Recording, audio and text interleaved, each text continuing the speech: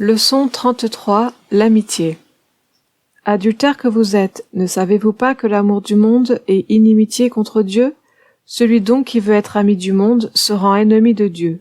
Jacques 4, 4. Ne vous mettez pas avec les infidèles sous un joug étranger, car quel rapport y a-t-il entre la justice et l'iniquité? Ou qu'y a-t-il de commun entre la lumière et les ténèbres?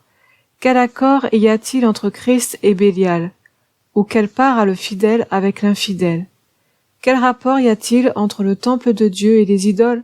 Car nous sommes le temple du Dieu vivant, comme Dieu l'a dit, « J'habiterai et je marcherai au milieu d'eux.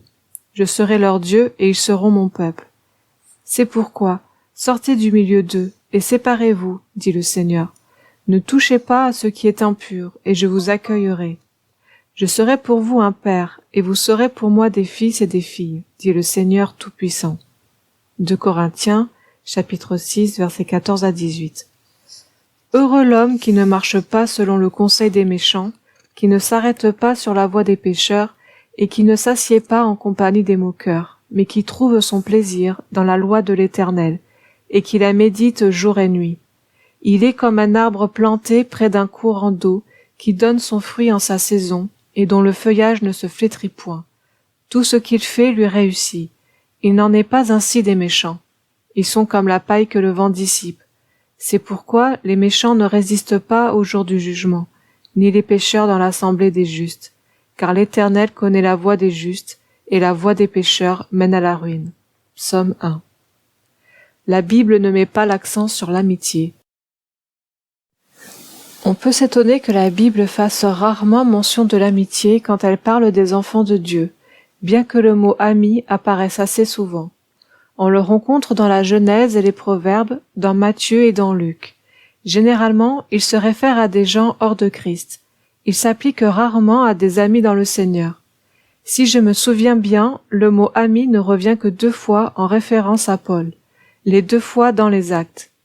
La première, lorsque quelques-uns, même des Asiarques, qui étaient ses amis de Paul, envoyèrent quelqu'un vers lui pour l'engager à ne pas se rendre au théâtre, à Éphèse, dans Actes 19-31. De même sur la route vers Rome. Julius, qui traitait Paul avec bienveillance, lui permit d'aller chez ses amis et de recevoir leurs soins, dans Actes 27-3. Dans un 3e passage du Nouveau Testament, Jean écrit « Les amis te saluent. Salut les amis, chacun en particulier », dans 3 Jean 15. Le fait qu'il y ait si peu de références aux amis chrétiens montre que la Bible n'insiste pas sur ce point. Pourquoi l'amitié n'est-elle pas soulignée dans la Bible? Parce que la parole de Dieu met l'accent sur une autre relation, celle qui unit frères et sœurs. La manière dont nous sommes frères et sœurs dans le Seigneur est d'une importance primordiale, essentielle. C'est cela qui doit être renforcé, non l'amitié. La signification de l'amitié. 1. Basée sur l'amour. Que signifie être un ami, en particulier dans les relations unissant les croyants? L'amitié peut aussi entre jeunes et moins jeunes, peut-être entre jeunes et moins jeunes, entre mari et femme, père et fils, frère et frère, ou sœur et sœur. Être ami signifie être capable de s'aimer l'un l'autre et d'être en communication l'un avec l'autre. L'amitié transcende les relations naturelles. Beaucoup de relations humaines sont basées sur le mariage ou sur des liens de sang. L'amitié, cependant, va au-delà. L'amitié est quelque chose qui peut être ajouté à la relation entre mari et femme, père et fils, ou mère et fille, ou maître et élève. De même, des gens d'un même milieu social, d'un même âge, ou poursuivant un même but, peuvent entretenir des relations amicales. 2. Un important système terrestre. Avant de croire au Seigneur Jésus, avant de l'accepter comme sauveur, il n'y avait pas de relation fraternelle dans le Seigneur, d'où l'importance de l'amitié pour les incroyants de ce monde. Pour nous, cependant, ce n'est plus le cas. C'est pourquoi l'amitié est rarement mentionnée dans les épîtres du Nouveau Testament. Son importance a considérablement diminué dans l'existence des enfants de Dieu. L'homme n'est pas constitué de manière à se satisfaire pleinement des relations familiales ou de simples contacts sociaux. Il a besoin d'amis pour satisfaire ses aspirations intérieures, car l'amitié n'est pas établie sur une base des liens parentaux, mais sur l'amour. Beaucoup de nos relations sont dues à notre naissance tandis que la relation entre amis est le fruit d'un choix personnel. C'est pourquoi l'amitié prend une telle importance tant que nous ne croyons pas au Seigneur. Chacun a besoin d'amis, 3, 5, 8, 10. Ceux qui sont très sociables peuvent en avoir des centaines. De tels amis peuvent être très intimement liés. En fait, avant que nous ne devenions chrétiens, les amis occupaient dans notre existence une place prépondérante. Quelqu'un qui n'a pas d'amis donne à penser qu'il y a quelque chose en lui qui ne va pas. Il faut croire qu'il a un caractère anormal ou particulier, ou qu'on ne peut pas lui faire confiance. En règle générale, toute personne doit avoir quelques amis. Mettre un terme aux amitiés terrestres. Aussitôt que nous croyons au Seigneur Jésus, Dieu nous charge de nous défaire de nos anciennes amitiés. 1. L'inimitié contre Dieu. L'amour du monde est inimitié contre Dieu. Jacques 4,4. Le mot monde peut signifier ici les gens du monde.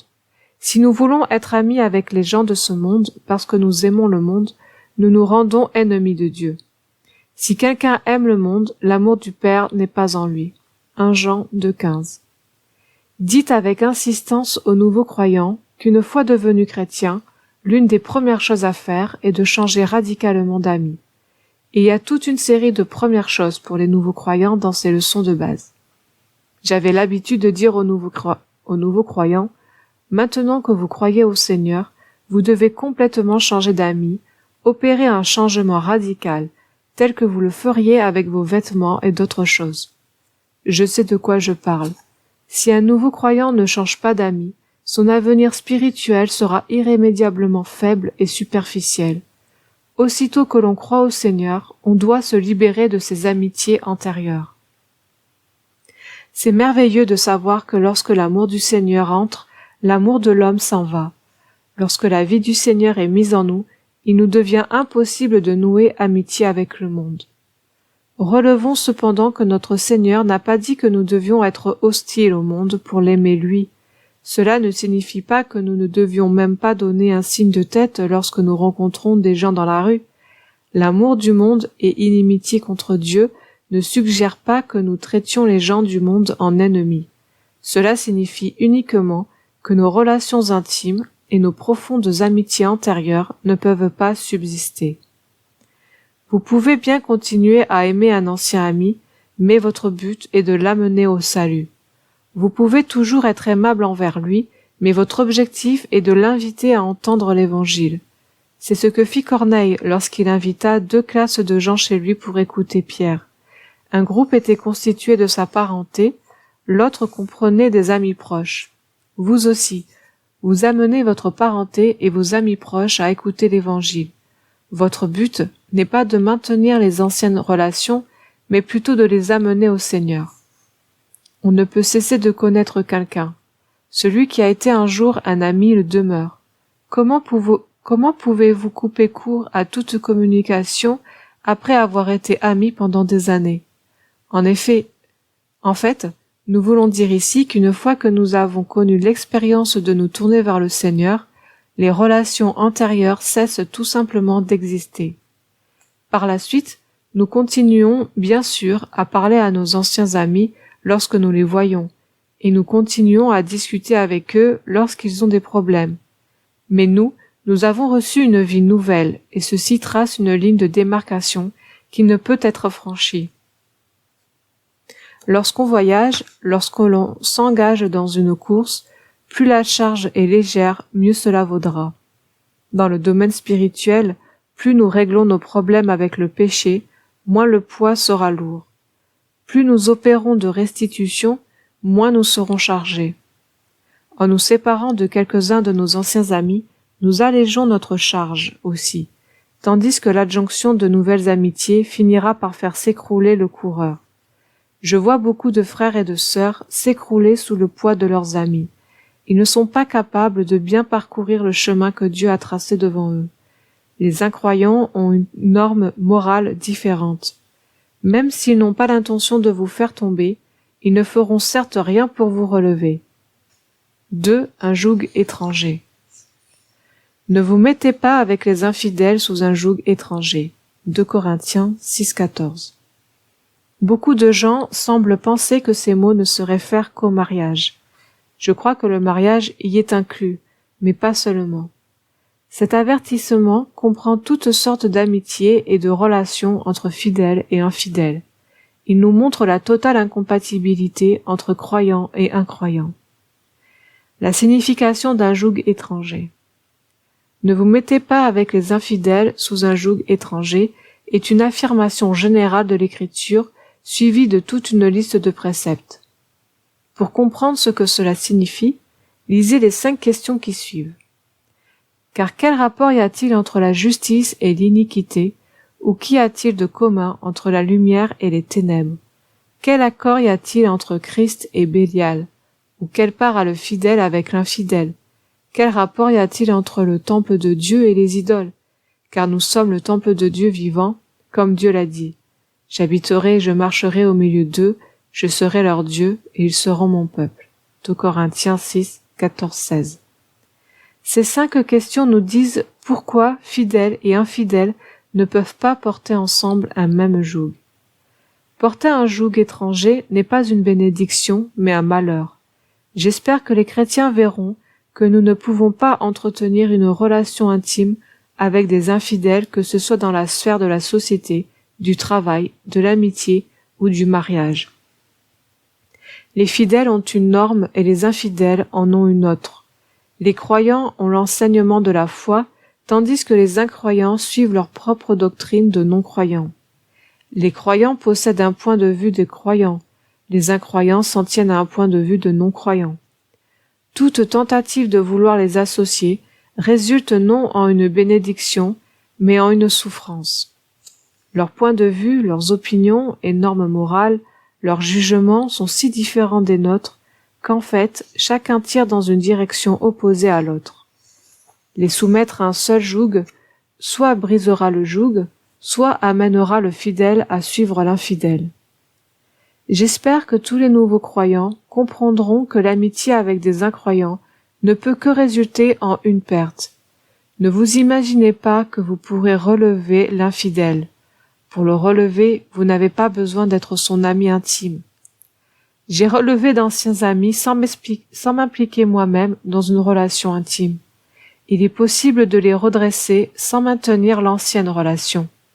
Mais si vous maintenez vos anciennes amitiés, c'est vous qui finalement en serez affaiblis.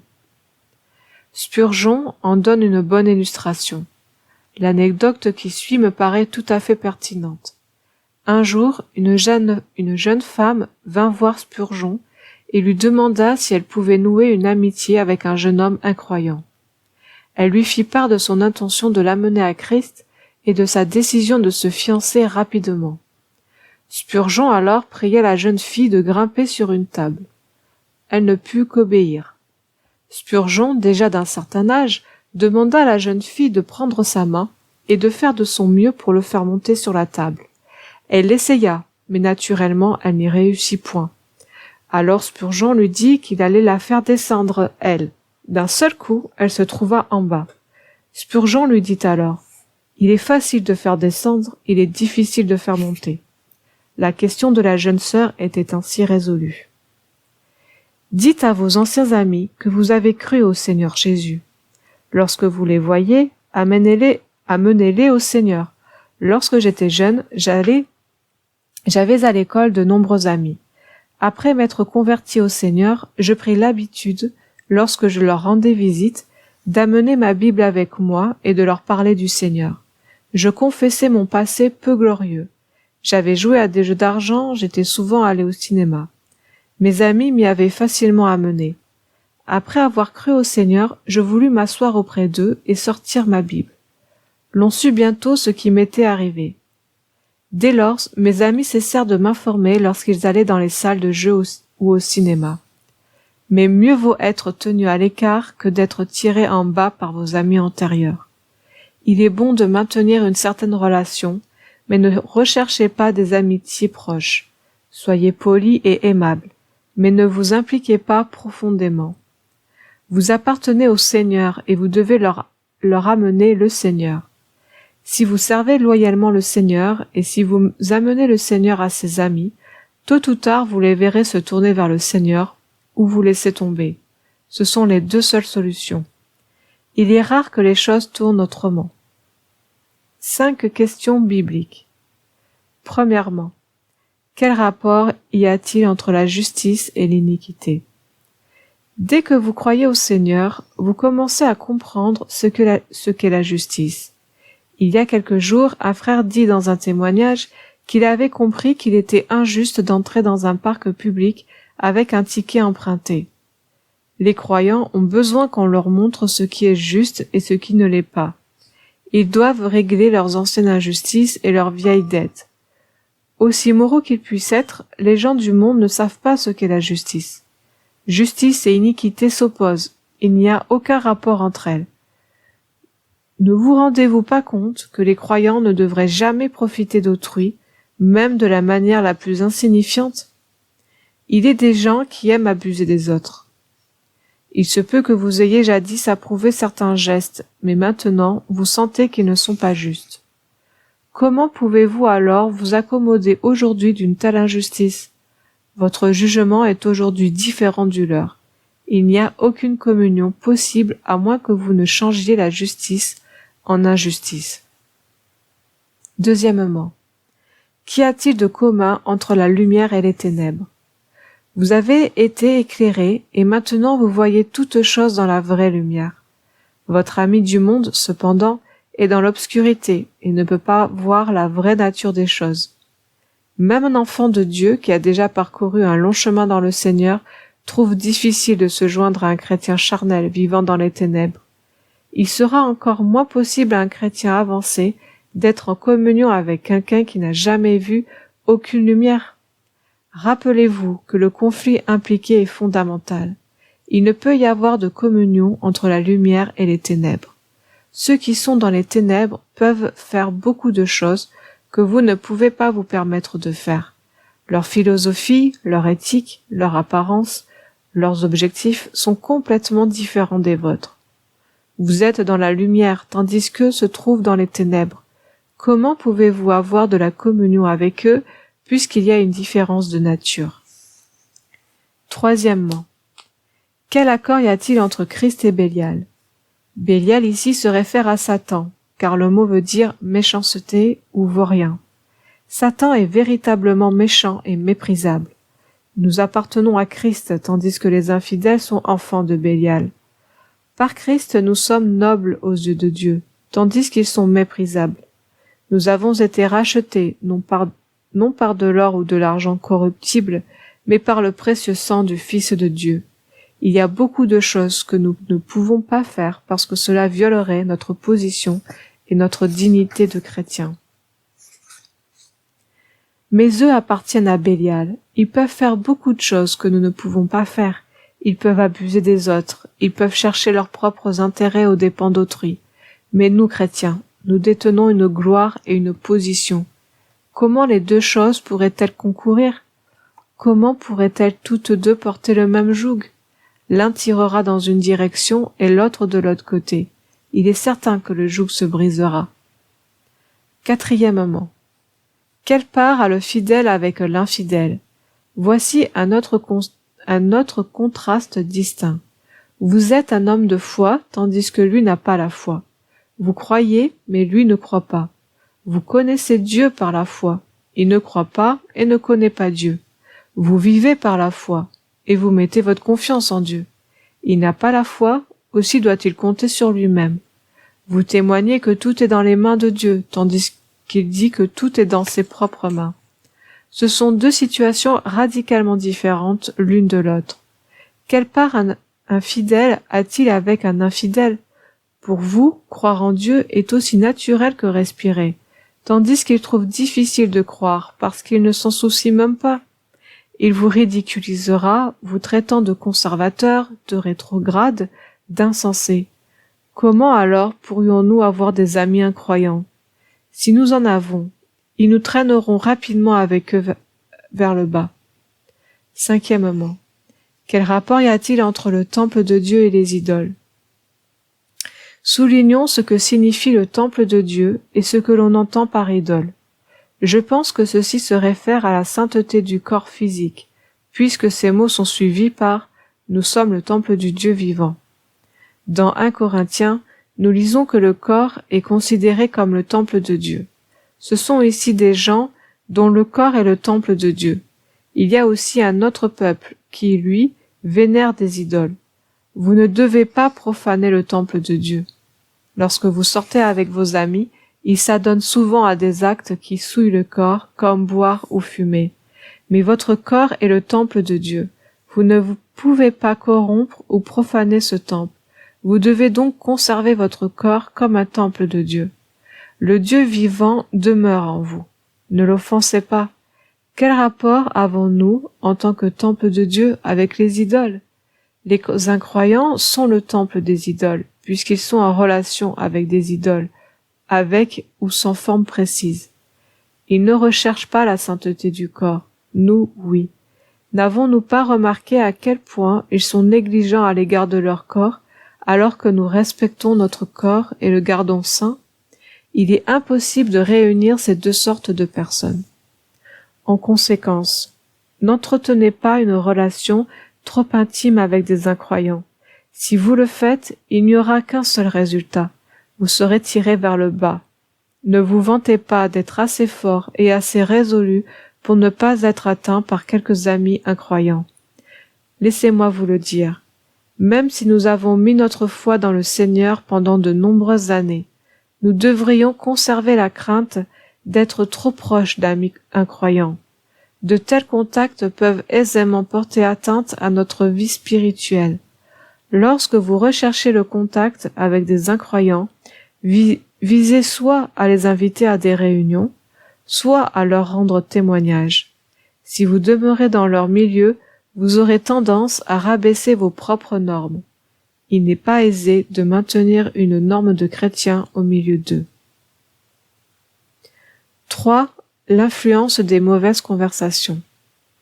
Ne vous y trompez pas, les mauvaises compagnies corrompent les bonnes mœurs. 1 Corinthiens 15, 33. Les mauvaises compagnies se réfèrent à des contacts inappropriés, tandis que corrompre fait allusion au bois corrompu par les vers. Les sources de corruption. L'expression « bonnes mœurs » correspond d'une manière plus légère à « bonne manière ». Les contacts malséants corrompront votre propre comportement. Alors que vous étiez en communion avec Dieu, vous vous mettez à rire et plaisanter lorsque vous vous trouvez avec des amis incroyants. Il y a des plaisanteries dont on ne devrait pas rire, parce qu'elles sont inconvenantes. Mais vous perdrez le contrôle de vous-même lorsque vous êtes avec eux, parce que vous savez qu'ils apprécient les discussions frivoles. Les mauvais contacts corrompent les bonnes manières. Ils sont à l'opposé l'un de l'autre. L'un est mauvais et l'autre est bon. Le mauvais corrompt le bon. Il corrompra la vie du Seigneur dans le cœur des fidèles. Les fidèles devraient observer de bonnes habitudes. Ils devraient consacrer leur temps à cultiver de bonnes habitudes devant le Seigneur. Ils devraient apprendre à se contrôler et s'exercer progressivement à la piété. La restauration prend du temps. Chaque fois que vous avez des contacts inconvenants avec des infidèles, vous encourez une perte. Il vous faudra 3, 4 ou même 5 jours pour retrouver votre état antérieur, car ces infidèles peuvent avoir influencé vos bonnes manières et affecter votre comportement. 4. Ne marchez pas, ne vous arrêtez pas, ne vous asseyez pas. Le psalmiste le dit. Heureux l'homme qui ne marche pas selon le conseil des méchants, qui ne s'arrête pas sur la voie des pécheurs, et qui ne s'assied pas en compagnie des moqueurs, mais qui trouve son plaisir dans la loi de l'Éternel, et qui la médite jour et nuit. Psaume 1, versets 1-2. Ne marchez pas selon le conseil des méchants. Les infidèles ont beaucoup de conseils à donner. Quel dommage cependant que les enfants de Dieu recherchent le conseil des infidèles lorsqu'ils ont des problèmes. Laissez-moi vous dire que ce qu'ils vous conseillent est ce que vous ne pouvez pas faire. Moi aussi, j'ai de nombreuses connaissances parmi les infidèles. Je sais que ces gens vous offrent souvent leur avis sans même que vous le demandiez. En les écoutant cependant, vous comprenez immédiatement que leurs pensées ne visent qu'un seul but, le profit personnel. Il ne se demande pas si la chose est juste ou si elle correspond à la volonté de Dieu. Ils n'ont qu'un seul et unique motif, le profit personnel. Comment pouvons-nous suivre un conseil nous incitant à rechercher notre propre profit? Non seulement il conseille de rechercher notre profit personnel, mais encore de le rechercher aux dépens d'autrui. Comment un fidèle pourrait-il entretenir une amitié avec un infidèle dans de telles circonstances? Lorsque le fidèle est trop proche de l'infidèle, il lui sera difficile de ne pas suivre ses nombreux conseils. Il vous éloignera de votre position de chrétien. Si vous avez 5 amis infidèles et qu'ils sont unanimes dans leurs conseils et s'accordent sur le chemin qui vous sera profitable, il vous sera difficile de ne pas suivre leurs conseils. Et pourtant, vous ne devriez pas les écouter. Il s'agit uniquement de leur manière de voir. Ne vous arrêtez pas sur la voie des pécheurs. Il y a beaucoup d'endroits où vous ne devriez pas aller. Les pécheurs ont leur propre chemin et leur propre lieu. Si vous êtes en contact avec des incroyants, vous vous arrêterez avec eux sur leur chemin, même si vous n'entrez pas à la même place qu'eux. Comme si vous accompagniez votre ami jusqu'à la porte et le quittiez là. Bien que vous ne soyez pas entré, vous avez fait le chemin avec lui. Dieu ne désire pas que nous marchions dans le conseil des méchants, ni que nous nous arrêtions sur la voie des pécheurs. Il souhaite que nous restions en dehors de la voie des pécheurs et en dehors de leur lieu. Il nous appelle à nous séparer totalement d'eux. Ne vous asseyez pas en compagnie des moqueurs. Il est rare de voir des incroyants qui, en présence d'un croyant, ne fassent pas usage du nom du Seigneur pour se moquer de lui. Au cours des 4 premières années de ma vie de chrétien, j'ai rencontré beaucoup d'incroyants qui prenaient le nom de Dieu en vain en ma présence. Ils blasphémaient réellement le nom du Seigneur. Pouvez-vous vous asseoir parmi ces gens et les laisser blasphémer le nom du Seigneur? Peut-être qu'ils ne mentionnent jamais le nom du Seigneur entre eux et qu'ils n'ont pas non plus l'intention de blasphémer, mais lorsque vous entrez, vous leur donnez une chance de le faire. Ils se moqueront du Seigneur Jésus et ridiculiseront le christianisme. Comment pouvez-vous vous asseoir en leur présence? Pour ne pas vous asseoir en compagnie des moqueurs, vous ne pouvez pas vous permettre d'être leur ami intime. Une nouvelle sorte d'amitié dans l'Église. Dites aux nouveaux croyants de s'occuper de la question des amitiés aussitôt qu'ils sont sauvés. Ils doivent changer d'amis. Ils devraient dire à leurs anciens amis ce qui leur est arrivé. Bien qu'ils puissent conserver un certain contact, ils devraient définitivement renoncer à poursuivre toute amitié intime et profonde. Ils devraient plutôt apprendre à devenir frères et sœurs dans l'Église. Ils devraient substituer leurs frères et sœurs dans l'Église à leurs anciens amis. Nous ne devons pas agir de manière extrême. Nous ne haïssons pas les incroyants et nous ne les négligerons pas. Mais nous communiquons maintenant avec eux sur une base différente. Maintenant, nous apprenons à leur rendre témoignage et à les amener au Seigneur. Ne vous asseyez pas trop longtemps en leur présence et ne vous perdez pas en vains discours sur les choses du monde. Apprenez à demeurer sur votre nouvelle position. Faites de votre mieux pour les amener au Seigneur. Invitez-les aux réunions de l'Église et prêchez-leur l'Évangile. Demandez à l'un ou l'autre de vos frères et sœurs de vous accompagner chez eux et de leur annoncer l'Évangile. Cherchez à en faire des frères et des sœurs dans le Seigneur. Mais ne maintenez pas une amitié extérieure à la sphère de vos frères et sœurs. Il est une chose que je dois vous dire. Tout fidèle qui a trop d'amis infidèles est voué à la chute. Même s'il ne pêche pas, il est certain qu'il se tournera vers le monde. Il est impossible pour un chrétien d'avoir de nombreux amis dans le monde s'il aime le Seigneur et sert le Seigneur fidèlement. Il n'est pas bon d'avoir des lèvres souillées, et il est également mauvais de demeurer auprès de gens dont les lèvres sont souillées. Pécher nous-mêmes est mal, mais demeurer parmi des pécheurs l'est aussi. Nous devons confesser le péché de demeurer au sein d'un peuple dont les lèvres sont impures, autant que le péché de nos propres lèvres impures. Demandons à Dieu la grâce de ne pas pécher nous-mêmes et de ne pas désirer entretenir une amitié intime et profonde avec des pécheurs. Une première question que nous devrions nous poser est la suivante. Ma situation devant Dieu est-elle bonne? Deuxième question. Ma communion avec les croyants est-elle bonne? Nous sommes connus en premier lieu parce que nous sommes et en second lieu par les gens que nous fréquentons. Celui qui désire se garder fort devant Dieu ne peut se permettre d'être faible dans la camaraderie ou l'amitié. Celui qui ne prend pas garde à ses amitiés chutera immédiatement. Les nouveaux croyants en particulier doivent être fermes à ce sujet. Ils ont besoin de se séparer rigoureusement de leurs anciens amis et de trouver ceux avec qui ils aimeraient s'associer dans l'Église. Ils pourront ainsi avoir de la communion mutuelle dans le Seigneur. Cette communion dans le Seigneur devrait remplacer les contacts anciens. L'amitié dans l'Église, 1. Elle transcende la formalité. Voyez-vous que les amis sont quelque chose de très spécial? L'amitié est une relation qui transcende la situation. Elle n'est ni formelle ni légale. C'est une sorte de lien qui brise les barrières de la situation sociale. J'ai déjà dit que certains pères et fils deviennent amis. Même si le père demeure un père pour la vie, de même que le fils demeure un fils. Nous savons aussi que certaines mères et filles ne deviennent jamais amies. Leur relation de mère et de fille est si légalisée qu'elles ne vont jamais au-delà. Dans bien des familles, époux et épouses ne sont pas des amis. Ils sont totalement formels dans leurs devoirs respectifs. Dans la société, de nombreux patrons n'entretiennent jamais d'amitié avec leurs subordonnés, bien que cela arrive occasionnellement. L'amitié transcende et dépasse la relation formelle. Abraham, ami de Dieu.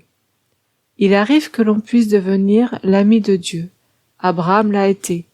Si Abraham s'était contenté d'agir formellement en tant qu'homme, et si Dieu avait agi formellement en tant que Dieu, il n'aurait jamais pu devenir ami.